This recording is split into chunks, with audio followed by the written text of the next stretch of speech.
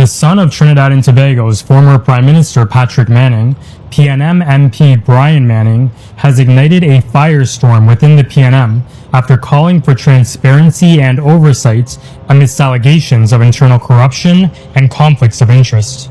Yesterday, PNM Deputy Leader Sanjeev Budu said Manning had never provided any evidence, not even the newspaper article alleging the CEPEP corruption. "Don't worry, Sanjeev, I got you. The article is right here."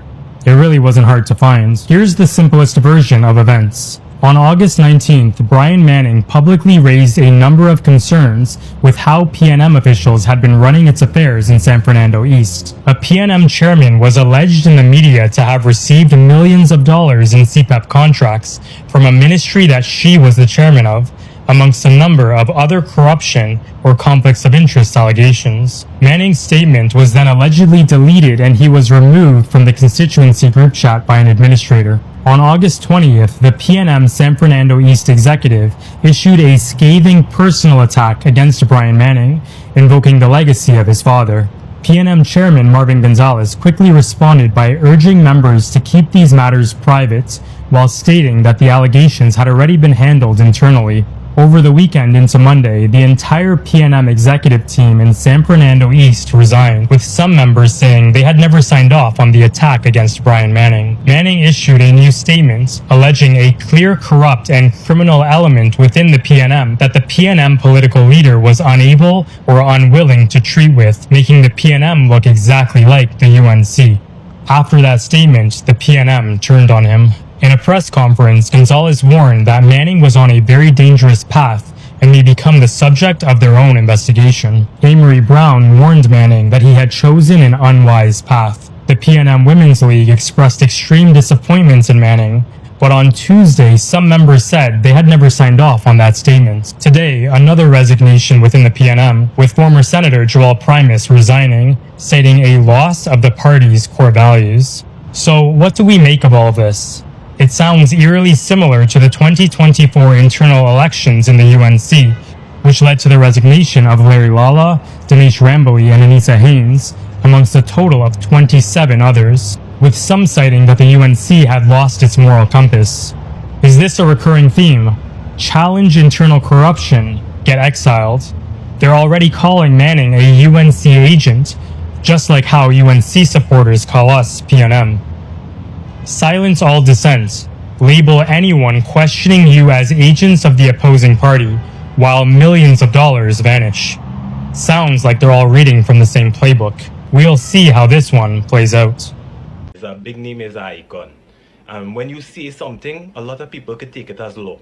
I shouldn't have to tell you that. He's a Caribbean man, and you know Caribbean people don't play with the food. Especially a cultural street food like doubles. Really and truly was a wild statement to make that dog do eat doubles. Cause let's be real, when Miss Netta came to Jamaica and disrespect all the dishes, the whole Caribbean jump on that bashing train. Because Caribbean people do play with the food. Let's be real. So personally for me, I accept your apology. We're all human beings and we all make mistakes. But I don't know if this is a saying in Jamaica, but this is a saying in Trinidad. If you have nothing good to say, just be quiet. And Jamaica, I love all you. Thanks for the solidarity on this sensitive matter. Peace. So Beanie Man has come out and apologized for the recent doubles controversy. Right? He said he didn't disrespect Trinidad. But Beanie, I just want to let you know, you have a big voice out here. He's a big name, he's an icon. And when you say something, a lot of people could take it as law. I shouldn't have to tell you that. He's a Caribbean man, and you know Caribbean people don't play with the food. Especially a cultural street food like doubles. Really and truly was a wild statement to make that dog do eat doubles. Cause let's be real, when Miss Netta came to Jamaica and disrespect all the dishes, the whole Caribbean jump on that bashing train. You know, I want to make a little short video. I want to say something here, right? As an ex-CEPEP worker, I want to say thank you to Andy Gamla for stopping this contract and review it and hire other contractors who deserve it, because, you know, I am an ex-CEPEP worker, and I work in the law at a Tarpur constituency. I ain't really call no contractor name if the minister won't get a call name, then I meet me in person, just saying. You know what I say, but it's a contractors who using CEPEP workers on CEPEP time and CEPEP money to do their private job, right? And when you complain or you say anything, they fire you, right? They tell you you're lazy, all kind of thing. And the 4 men and the 4 people supporting that corruption and that bacchanal, right?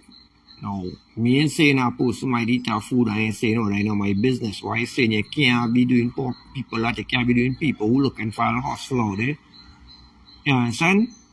And come again up 4 o'clock in the morning, 2 o'clock in the morning, to prep something to come out there and work on that and advantaging people, right?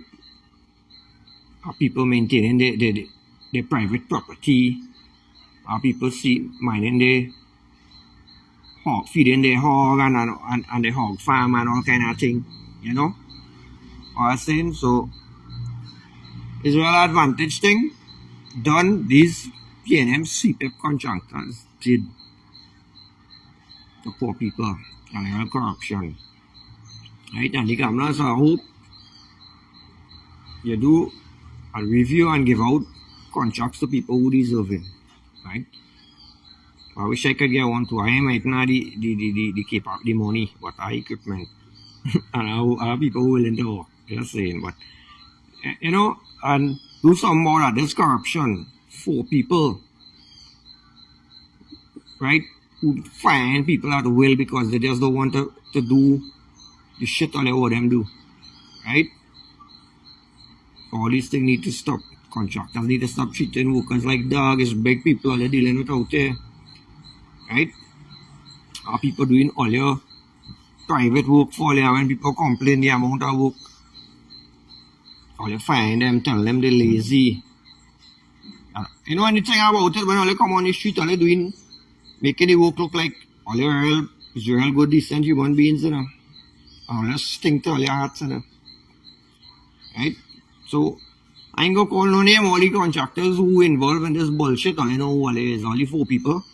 Especially the ones who begging women for sex and walk and find them and they ain't get none. All I know who all is. Right? It's a day for everybody.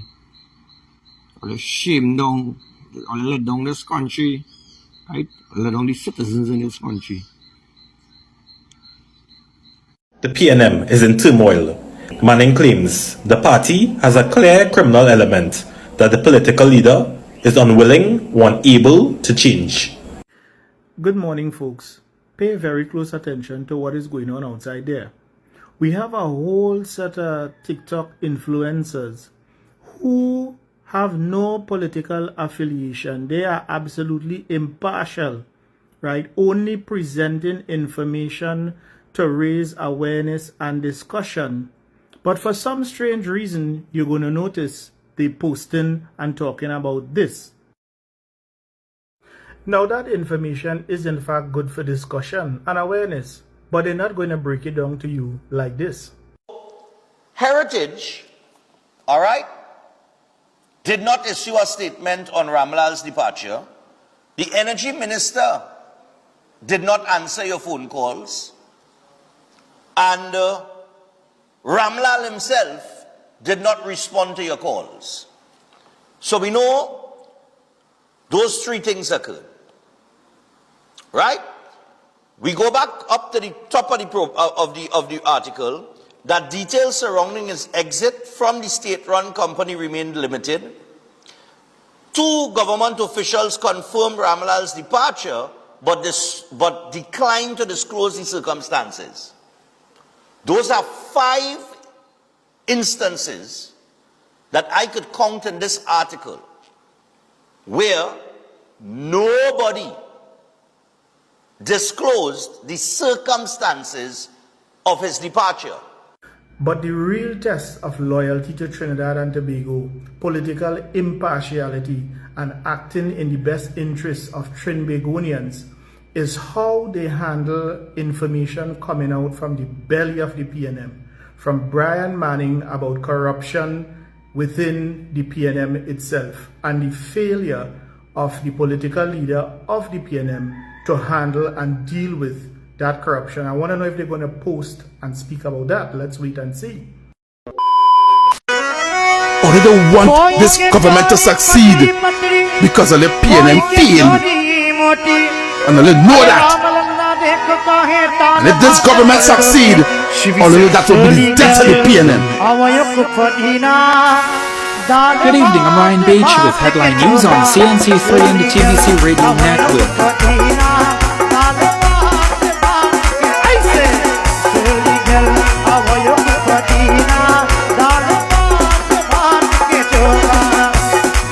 Shivise is in the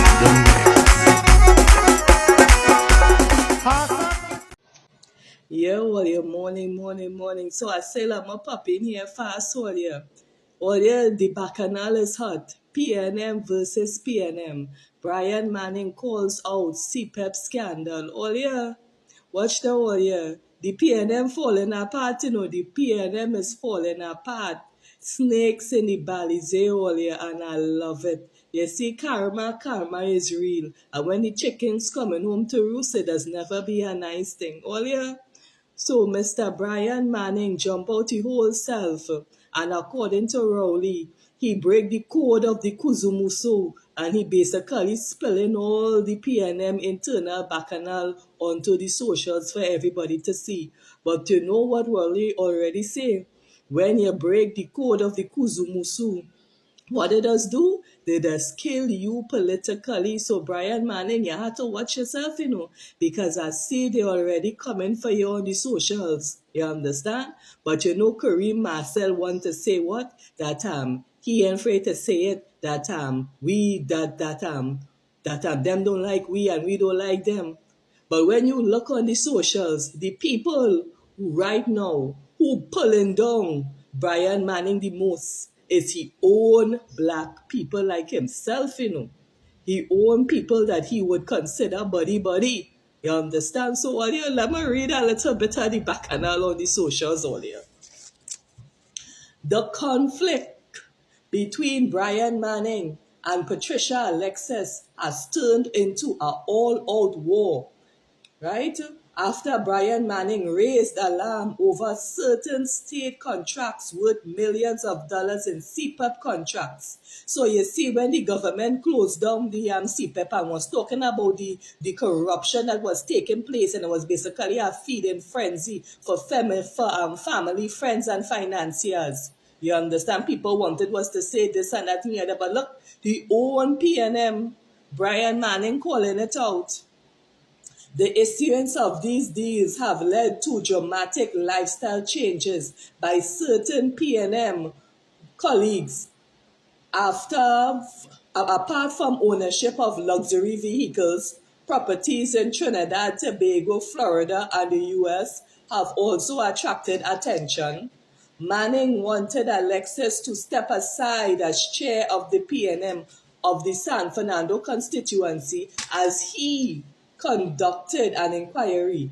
Instead, she went on an all-out warpath, according to constituency officials. Alexis, who is San Fernando mayor, deputy mayor, and sits on the PNM national executive, has done well for herself.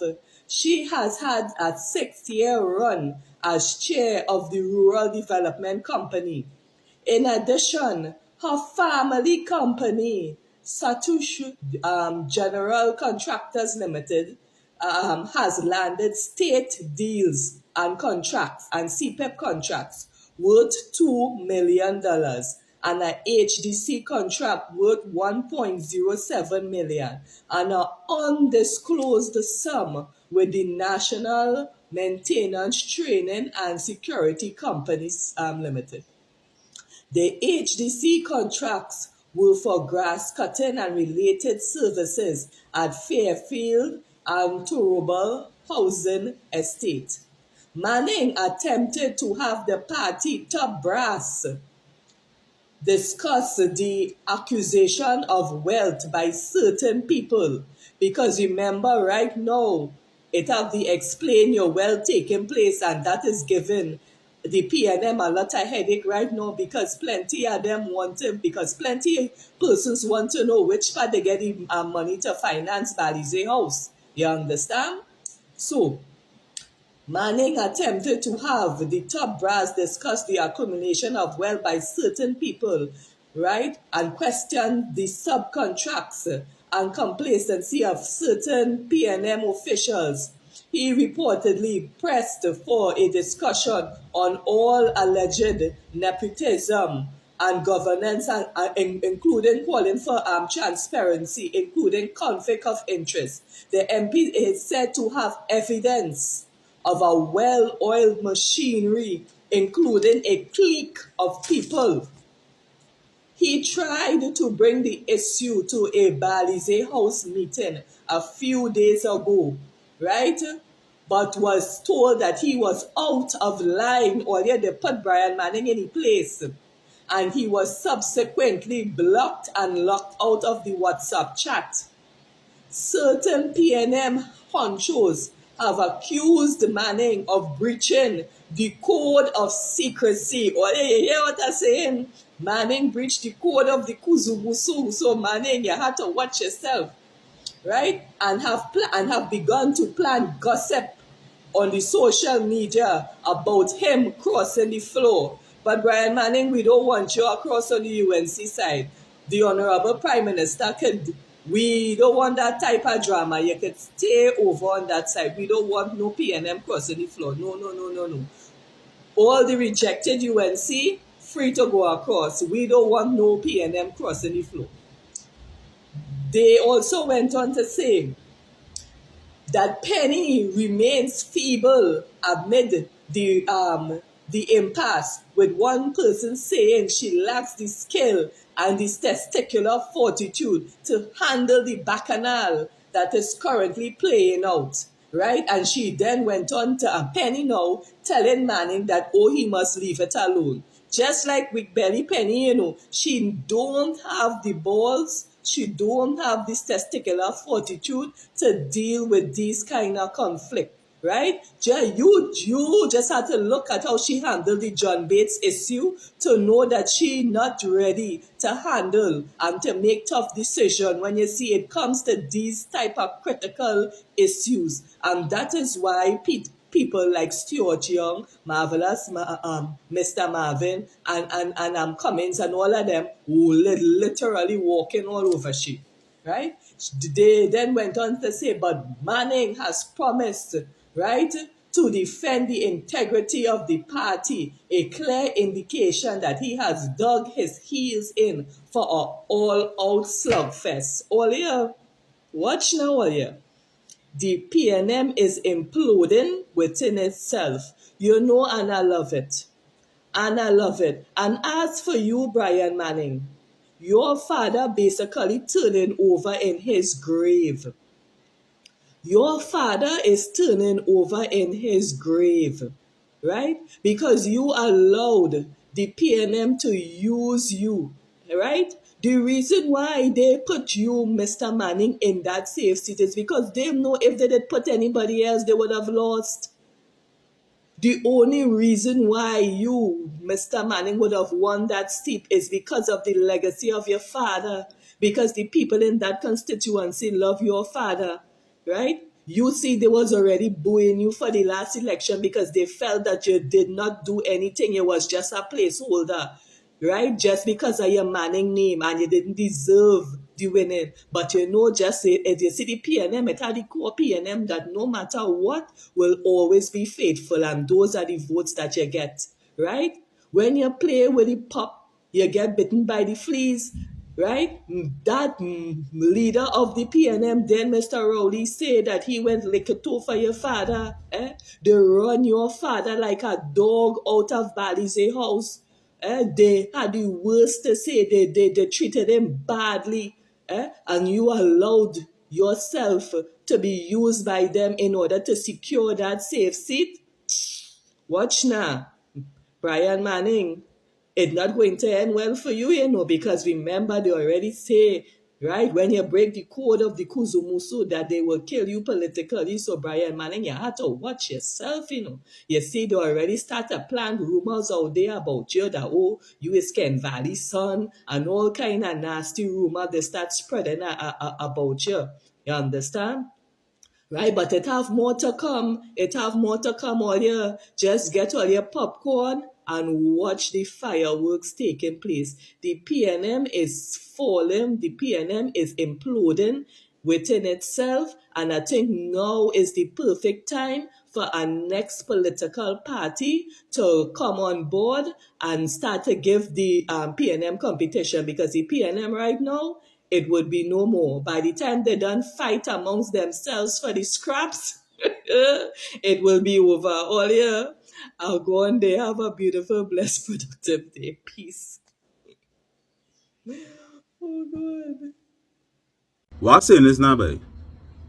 Let me say you have somebody in your life doing something out of timing, right? Something that you don't like. It don't matter who it is. It could be your husband, your child, your wife, anybody, your son, your grandmother, your parents, anybody, right?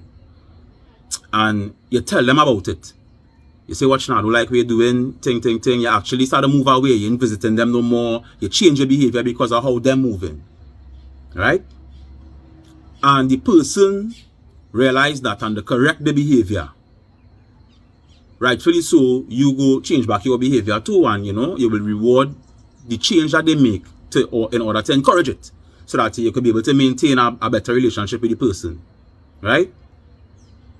Now I want you to understand, you see what Cayman and Plumpy do there is called change behavior, and that is something that we never seen, boy. And I don't want all you to watch it slight. I want us to reward that behavior as a country, boy. Because if it is the youth choosing to do the right thing, then we should encourage that behavior. You see that band with the put on Trinidad and Tobago for the Tobago Carnival and thing? All you have to reverse that, all you have to look off that one time. We put in Cayman and Plumpy on a truck. You understand? Because we want to encourage good behavior. We want to give the youths a chance. I mean, you see, they stop the peace walk, all kind of clown thing with it. They call them thing in Jersey and thing. And I find, whether it was the old government or this new government, I find the youths to get no space, boy. And nobody does take initiative. Like this is an opportunity for the government, for anybody who's smart and all, to use what they're doing. Because I see the clown in it already, yeah, certain people are wrong in it, and them people mightn't be the brightest people to be. But whatever, it's the right move, so we want to encourage it. The government should encourage this behavior and fix things in the country if they're serious about it, boy. Look what's going on in Arima. I saw plenty of them watching that video and want to know what the hell it is going on here in Trinidad and Tobago. Well, you see what Plumpy and Cayman doing is a step for us to fix things and for us to encourage our country. Because let's see the state are we. If let's see that video, all you know the state we in. And we know the steps that we have to make and take in order to do it, But these things just benefit certain people, And if all they see them not doing it, then all they know. Right? At the end of the day, we can't stay angry. We got to try to make this place a better place. By giving the youths a chance. And taking advantage where we see good behavior, we want to encourage it. Right? Big up on yourself now. And have a nice day, right? And before I go, unions is trash, It don't make no sense. I deal with a union already. With my job there in my race club, I see the same thing going on with on a bigger scale with government workers. Better, all I be just hire a lawyer and carry whoever to court. Because these unions and them corrupt. Or they're getting swayed by somebody and they romanticize them with struggles and with livelihood. And we can't stay every day waiting. And Roger and them was there the same thing and the same thing. Oh gosh. By now. Right? Big up on yourself now. How you going? It's very hard for single parents, and they say no can name the CEPEP and the URP, but we was working honestly and we sure when the fortnight come we still get a salary and have something. No, we don't have no income. No matter how small the money was, we used to get something. Salisha Khan says she and her sisters turned to squatting on state lands after losing their CEPEP jobs. But now they're worried months of hard work on these crops could be wiped out as the government proceeds with a massive land clearing exercise between St. Madeleine and Picton.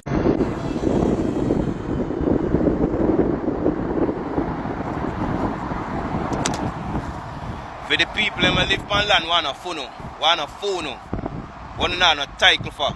Them call on the squatters. All squatters, I want to listen to me. People them a Cooper spend, listen to me. Come see Mark Golding come down there and go like him is a savior and like him a go help you know. Mark Golding not do nothing for you. Mark Golding don't like squatters. Listen to this. Back in the days, when PJ Patterson was Prime Minister, he wanted to give some land to some squatters up on Mona Commons. Yeah?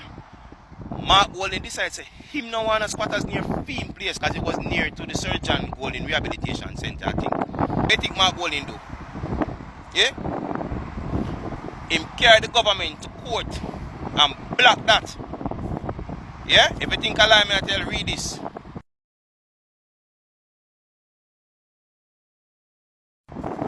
Ain't lying. So Mark Golding don't like squatters. Remember me tell you that. Yeah? And the next thing. Dennis Meadows, if you feel like saying we don't know, Dennis Meadows not with you none at all. Let me go on history on him. Dennis Meadows wanted to criminalize squatting. What does that mean? Once you squat on people and you can be charged, be fined, imprisoned, and you have a criminal record. Dennis Meadows back in the days bring that to Parliament. If you think I lie, read up on my screen.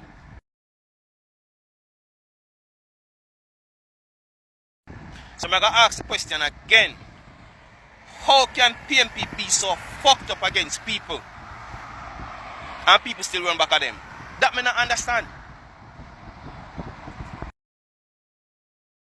Minister Amin says CEPEP was slavery. Ask them to know how much URP workers used to get paid.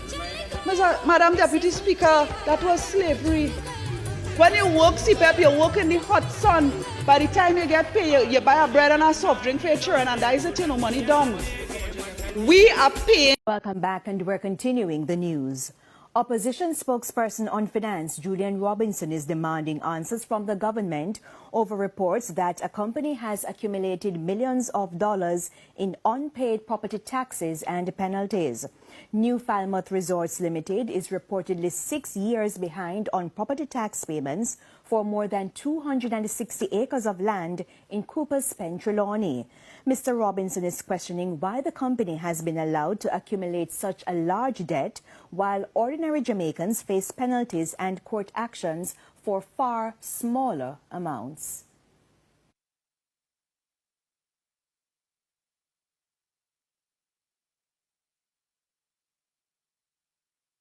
This comes within the context of the government's missing its revenue target for the last quarter by over $28.7 billion. How many other companies have huge tax arrears that have not been collected by the government? In my last budget debate presentation, I emphasized the need for greater focus on compliance and enforcement measures to collect outstanding taxes versus seeking to impose new tax measures. The government must increase its use of digital tools and technologies to collect the taxes that are already due. Transparency, stronger tax enforcement, and equal treatment for all taxpayers. Good day, Trinidad and Tobago. This is Beyond the Veil reporting live. Mr. Chairman, I come here for you. Right? There are long-standing concerns coming from communities that you all don't clean the drainage, you all don't clean the waterways, mosquito and rodent infestation, inadequate maintenance when it comes to infrastructure, inconsistent garbage collection in communities that you rule over. Oh yes, I forget this one too. You used resources to pave private roads in certain communities, leaving the public roads undone. This public road is where families travel to go to work and children needs to go to school. So why take the resources to pave private roads, and sometimes the roads not paving once or twice for the year? It's more than that. And you are busy politicizing crime in the Eddie Hart area, where we all know a lot of robberies take place, murders and theft. Families come out here to spend time with each other, you know, to take a run, to take a jog, to walk their dogs. And you refuse to get a police post here? You don't want anything to do with a police post within Eddie Hart? Something is wrong. Stop politicizing crime. Guys, it have a independent activist that sent a letter to this guy. If you want to view it, you'll go see the link in my bio. Have a blessed day. Good afternoon, everybody. Only correct me if I'm wrong because I kind of tripping a little bit right now concerning the reopening of the steel industry and the union who want to have a say. You understand? Here what happened, right? When PNM was in power, all the unions for some reason like all they had no teeth. You understand? UNC take over all of a sudden, all they have teeth, all they want to have a say. I fed up all they because all they was accepting the bare minimum when PNM was offering the little 4% and the little stupidness. Sometimes I feel like all they just, because the UNC in power is a female, all they feel all they could bully the woman. That's why she says she's not as nice as she used to be. All they had no teeth, all they wasn't getting through for nothing, with nothing for nobody. All of a sudden, all they have powers. Why is the use of all they right now? What's the use of, what union since COVID union doing for anybody? Nothing. And it's that. Because some people might not understand what we say when we say the People's National Movement looted Trinidad and Tobago. I don't think people comprehend it unless they come outside and see it for themselves. So take a look at this story, Trinidad and Tobago. Look at this building. This is the People's National Movement Balisier House. And right next door is where they held their public meeting as well. Huh? Right next door that they say UNC was wrecking here and all kind of nonsense. And to be fair, we were not. Put the camera on this side. Because this is a multi-story building that we're asking them to explain, not just us as in people of Trinidad and Tobago, the United National Congress. The police service, the court asked for the records as to how y'all built this building. Not only that, but this building, Trinidad and Tobago, is no longer under construction. For some weird reason, it's no longer under construction. This is the normal party headquarters in which they could afford. And right next door is this multi-story building right here. And you know, just a few meters away, you also have column inverter. And in case people may not understand the gravity of this, look at it. Look at it. Multi-story Balisier House. Yeah? Balisier House, multi-story building. Big red building in Port of Spain. But here's the thing. Here's what they need to answer. Keith Rowley, Marvin Gonzalez, and all that continue to talk in Trinidad and Tobago on the PNM side need to come and tell this country whether or not tax-paying dollars help put up this multi-story. Tell us whether or not tax-paying dollars put up that Keith Rowley. They're coming out to talk about USA and visa and all kind of nonsense. Tell us about this building. Marvin Gonzalez wants to talk about WASA and the Water and Sewage Authority. Tell us about this building. Don't come and talk to us about WASA. We want to know whether or not tax-paying dollars facilitated this. Whether or not contractors, because there were contractors doing this. And we're taking a walk. Because, in case you all don't know, all the work stopped. All the work stopped. Look at it. All the work stopped Trinidad and Tobago. All the work. Everything that they were doing has come to a grinding halt after election. After election, all the work stopped. Nothing going on this building. But they want to come to talk to us. We want to find out whether or not a particular contractor by the name of Wood Green Construction Service Limited, Wood Green Construction Service Limited, was given HGC contracts to put up this building at a significantly reduced cost, $9 million less. Tell us That's what we want to know, Trinidad and Tobago. We don't want to hear them talk about WASA and what they didn't do or what they do, what they would have do. We want to talk about this. That's what we want to find out. We want to find out information on Balisier House. Thank you very much. Keith Rowley, tell us about Balisier House. Look at it. Look at it. $118 million. $118 million. And this is the progress? Really? Come on, man. And that's not UNC figures, huh? The court want to know, Trinidad and Tobago. The court want to know, not just the United National Congress. The court. Tell us about Balisier House. For the people like myself who suffer with sinus, the struggle is real. So since yesterday or the day before, I noticed that my sinus acting up, and I now saw this post here. A significant concentration of Saharan dust is present in the atmosphere. Sensitive persons should take precautions. Met Office. Right now, my eyes and my nose, mercy Lord, mercy. So good afternoon everyone, this is your Councillor for St. Mary's Castlefield, Councillor Vishan Mohammed.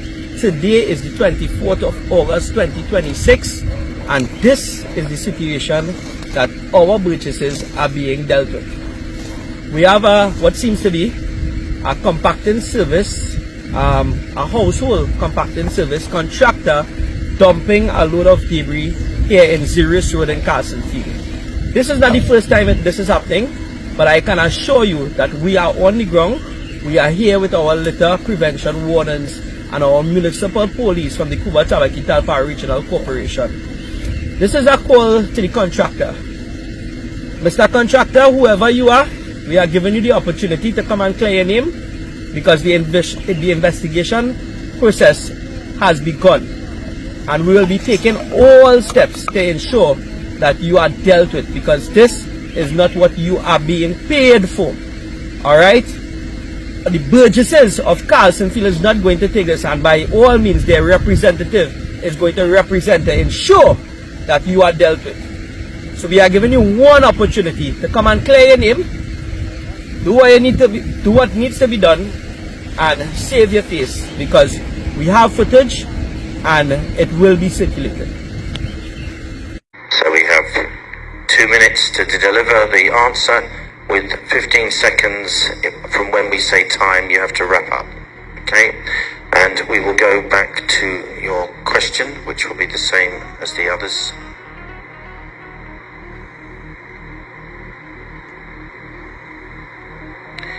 If you have the attention of every young person in the Americas and Caribbean for 1 minute, what is the message you believe they most need to hear today?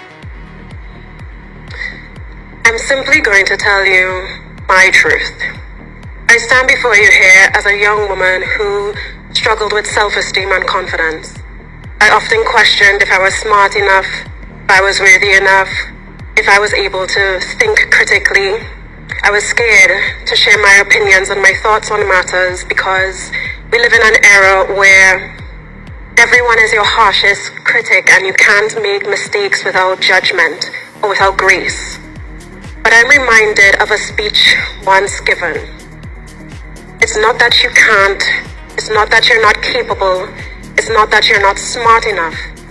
It's simply you haven't found your way to success yet.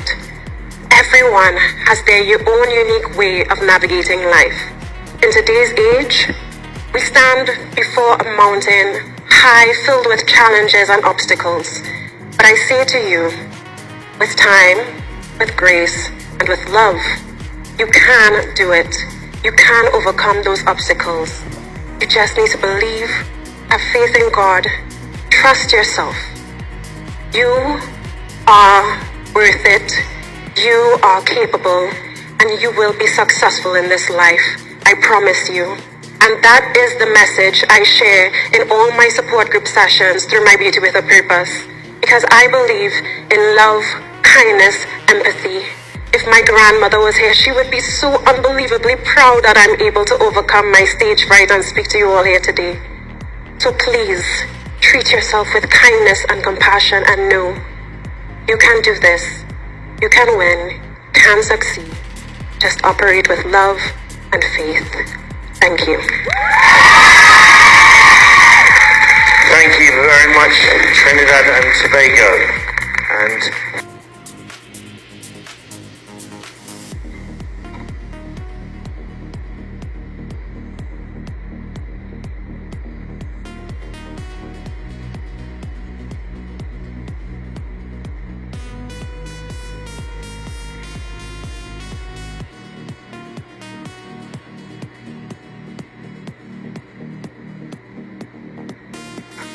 okay. Ladies and gentlemen, we have the result.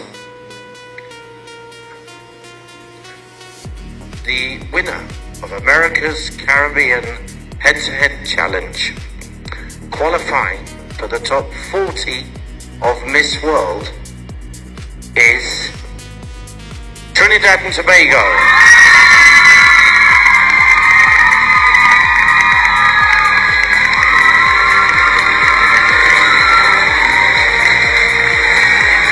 Trinidad and Tobago, you are in the top 40 of Miss World. Wow. Would you like to say a few words to your sisters and maybe the judges and everyone watching at home? I think we can see it on my face how shocked I am by this, but I'm so unbelievably grateful. Ladies, I must say you did an absolutely phenomenal job, and I'm so proud to be standing here on the stage next to you all. Thank you so much for all your support. Judges, thank you so much for this honor. I am so grateful. Ladies, I will continue to love you and appreciate you. Thank you. There we are. Trinidad and Tobago is the head-to-head challenge winner for the Americas and Caribbean, and congratulations to the other ladies. A fantastic set of presentations. So Trinidad, you will be returning in a minute to the championship round. For the others, please.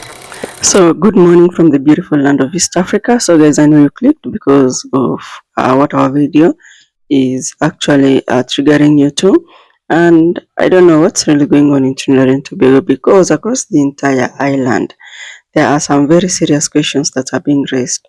There are questions about, public money. There are questions about environmental management. There are questions about garbage and illegal dumping. And most importantly, the the question about CEPEP. So all these controversies have become even more interesting because you see the development of the stories surrounding CPEP contracts, you see, which has affected thousands of workers and the government's decision to move away from the program.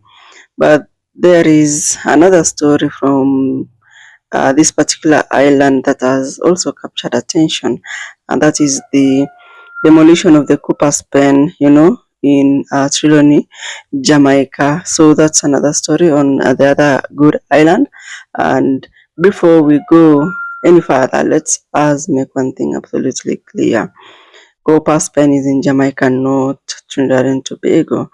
So on August 11th, there are these demolitions that happened in Cooper's Pen, and it left dozens of residents displaced. So while the Jamaican opposition figures demanded answers about the legal authority behind the operation, I mean, nothing has happened as so far. So I know you are wondering, like, why are you bringing up this story in Trinidad and Tobago video? Because, guys, you have to understand that it also raises a bigger Caribbean question. Because you see, when the governments and state agencies and also the contractors and private sectors make decisions that affect ordinary people in the island, I mean, people will expect answers. And that brings us straight to the stories that are happening in Trinidad and Tobago. Because you see, CPEP is no longer just a program that people see cleaning streets and also the communities. It has become the center of a massive political and financial debate at the moment. So today I want us to talk about this. Oh, okay. We will talk about it at the end of the day. But then the Cooper Spence story that has the Jamaicans and Caribbeans talking. Remember that just recently on 11th, there was a major demolition exercise that took place in Cooper Spence, Trelawney. And according to report, it said that more than 20 homes were demolished, and the residents there were left scrambling to recover their belongings.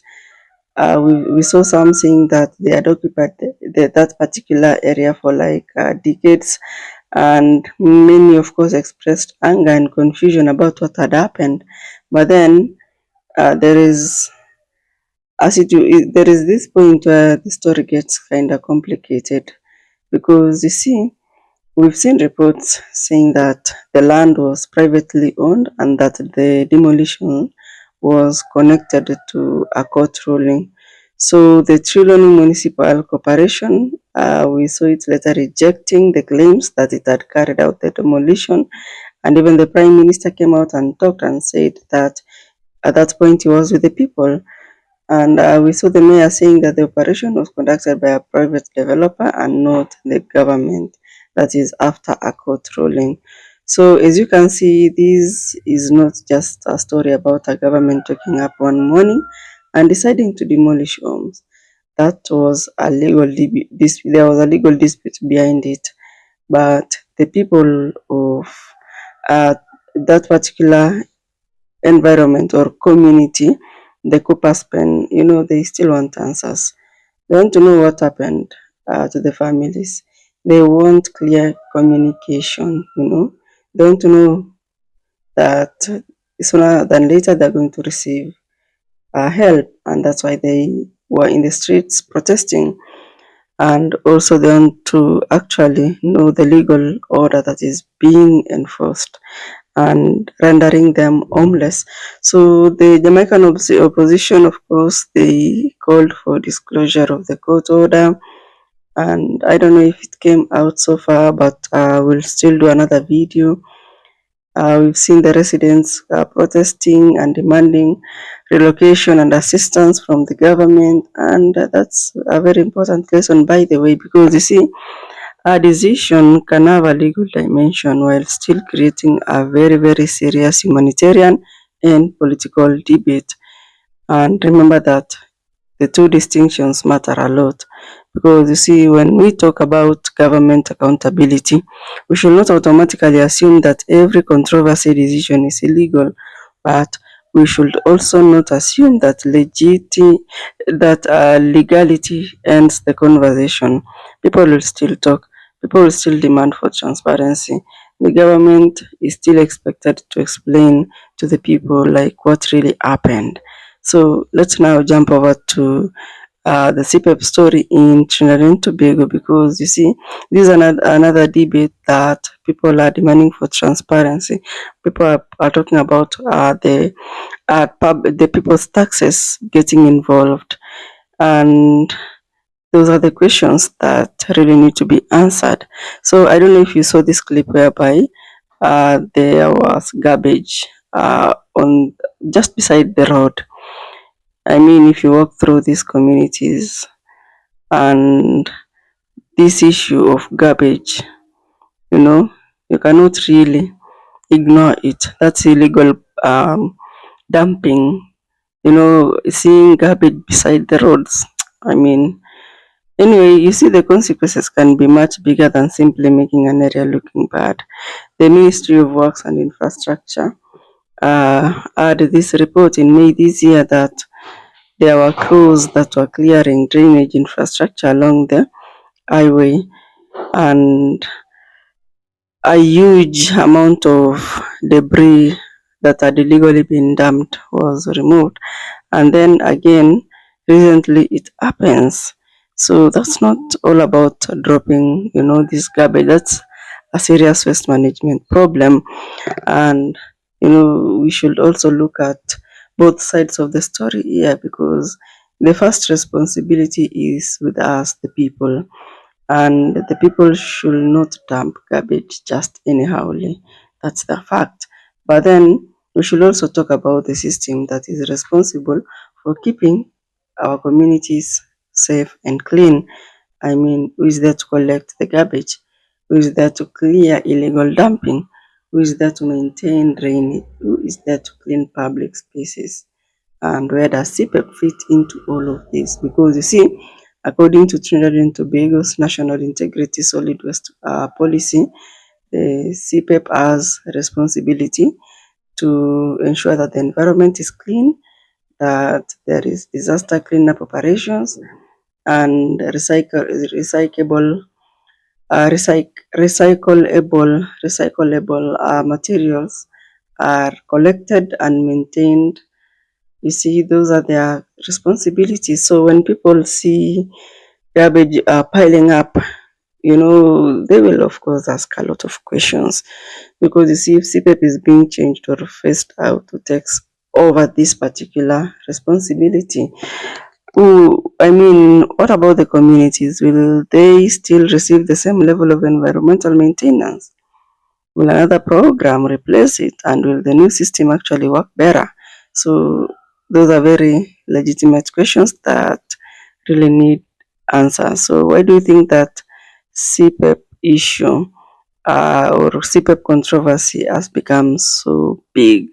So the community-based environmental protection and enhanced program, that is CPEP, it has been part of Trinidad and Tobago's social and environmental landscape for so many years, by the way. And this particular program has provided employment, it has supported communities, it has helped with environmental maintenance. So, according to the government document, it described or it describes CPEP as a state enterprise that is meant to improve local environment, that is meant to expand employment opportunities, that is meant to create opportunities for small businesses. But then the government or this program has also attracted a controversy, and that is where politics now come in, because you see, the government has moved to phase out CPEP and replace it with a full-time employment opportunities, which is good, by the way. So the finance minister, Tanko, announced a strategy that involves employment fund, which involves 479 million Trinidadian dollars. And you see, that's a good gesture anyway, because the government is telling us that instead of continuing a system of temporary or contract-based employment, then we should just have stable and better paying jobs, which is better, right? But then the opposition has strongly criticized this move of how CPEP is being handled, the changes are being handled. So we've seen thousands of workers that have been caught in the middle of this, and just a few months ago, more than 300 contractors were terminated. Remember, those contractors were actually responsible for the 10,000 workers. Imagine being one of those workers. You have a job, you have bills to pay, you have children or family, you have responsibilities, and then suddenly things change. You are jobless now. So this is why this is not just a political debate. For many families, this is a very personal story. If you look at the contract controversy, you see what exactly happened with CPEP contract before the government's decision. That's what the controversy needs to be talked about, like so much, because according to report out here, the Trinidadian Guardian, that's a newspaper in Trinidad, it highlighted concerns that surrounds CPEP contracts and financial accountability. That was the major issue. Then there was this news that was reported that more than 6.5 billion had been allocated to CPEP between 2009 and 2023. And there was report also that concerned the Auditor General about documentation that supports certain payments. So as you can see, those are very serious issues that needs to be talked about. And also, of course, we are careful about it, because you see, an audit concern, you have to remember that it's not automatically proof of corruption. An allegation is not automatically a conviction, right? So political criticism also is not automatically all about establishing facts. So we have to be clear on that. There have been legal disputes here and there surrounding CPEP contracts, and there was this one case in the High Court that dismissed CPEP's attempt to strike out a contractor's claim that allowed the contractual dispute to proceed to trial at the end of the day. So there have also been allegations that concerned contract extension and whether proper approval procedures were followed or not. I mean, we've seen former CPEP CEO Keith Eddy, who made claims in court documents that concerned pressure surrounding contract extension and a potential 1.4 billion spending commitment. Again, these are allegations and court-related claims. Yeah, they should just be treated as such. But then we need to explain why CPEP has become such a political explosive subject. Why is the opposition pushing back? The opposition is actually saying that, or actually, let me just reframe this. The opposition's argument is just about the government handling of the transition. That's their only issue, because they're saying that they have so many questions whether the government moved too aggressively. They have raised so many concerns about workers. They have challenged the economic impact. They have questioned whether the government's replacement employment strategy will actually deliver what has been promised. So, opposition leader Penelope Beckles also criticized the delays that involved the payment of CPEP workers and the contractors. And the government officials, you see, they have always defended their approach. They have always said that CPEP needs major reform. And this has actually pointed to concerns that surround the program, and they are saying that, you see, the country needs a different employment model. So you can clearly see that we now have two competing, narratives. Remember, the government is saying or is talking about reform, accountability, and better job, but the opposition is talking about the workers suffering, the government mishandling this transition, and we have the ordinary citizens that are just there in the middle, and they're trying to know and figure out who is telling the truth. So this is where the garbage issue comes back into our story again, because if CPEP is being phased out, that will mean that Trinidad and Tobago will still have to deal with garbage. You see this roadside dumping that's happening, I think it's not going to disappear anytime soon just because of that change in the program. We've seen, I think in our videos, sometimes we do put this drainage that have blocked, and we've seen Trinidadians talking about it. So all these issues matter. At the end of the day, environmental maintenance will never disappear. That's what has to be done. So the real issue, the real test is not simply whether CPEP survives. The real test here is whether the replacement system was actually delivered. Are Trinidadians community still going to be, clean? Will the workers receive better opportunities? Will the public money be properly utilized and accounted for? Will the government contract contractors, and are they going to be transparent about it? I mean, it's all about the ordinary people. Are they going to get these clear answers? Anyway, in conclusion, this Cooper's pen controversy in Jamaica reminds all of us that controversial decisions can quickly become such a bigger than the original legal or administrative issues. The garbage problem in Trinidad and Tobago reminds all of us that environmental management affects everybody, and also if you talk about all these particular issues, we should all be responsible about it. I don't know what you think about the government and all these particular controversies. I'll see you in the next video.